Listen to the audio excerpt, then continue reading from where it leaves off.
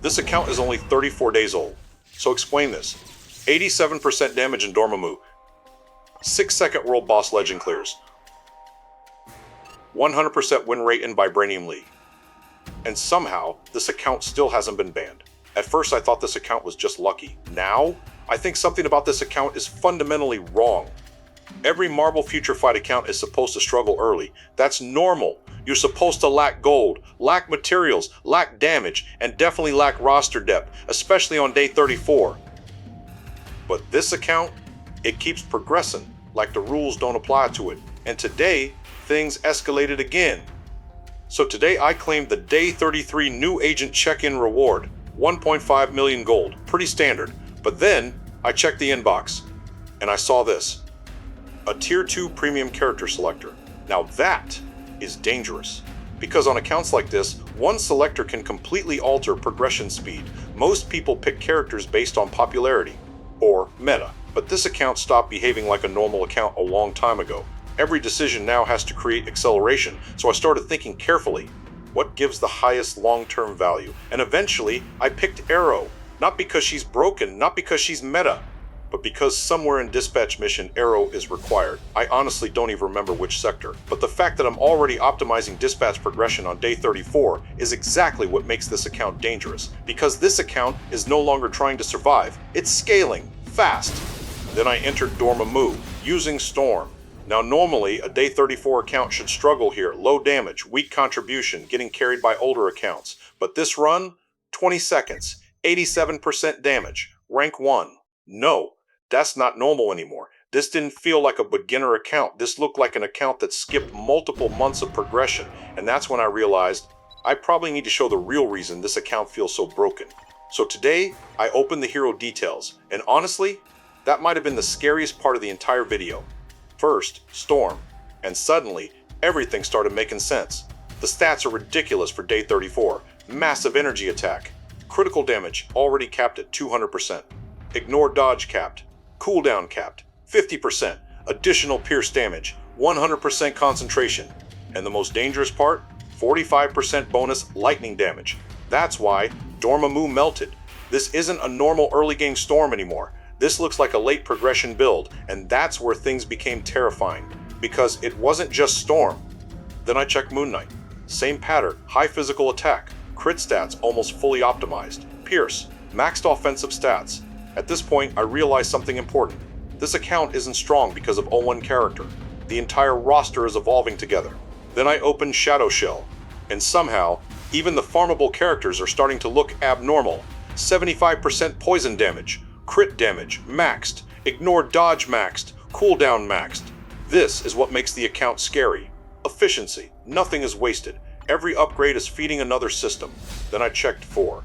And honestly, the moment I saw the stats, I already knew what was going to happen in World Boss. 83% lightning damage, 200% crit damage, 50% pierce, 100% concentration. This isn't a boss killer anymore. This is boss deletion.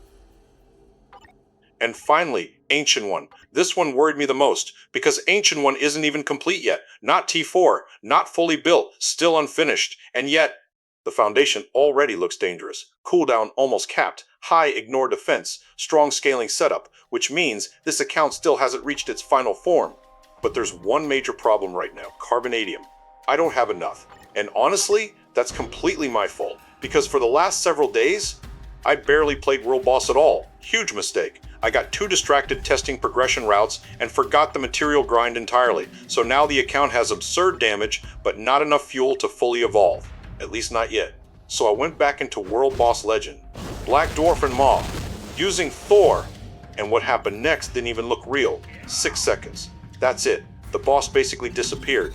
At this point, I'm not testing survivability anymore. I'm testing how fast enemies stop existing. And remember, this Thor still isn't fully complete, which means the account is still scaling upward. That's the dangerous part. Most accounts slow down over time. This account keeps accelerating, and I think I finally understand why this account feels so cursed. It's not luck. It's not one broken character. It's momentum stacking. Every system in the game is feeding another system.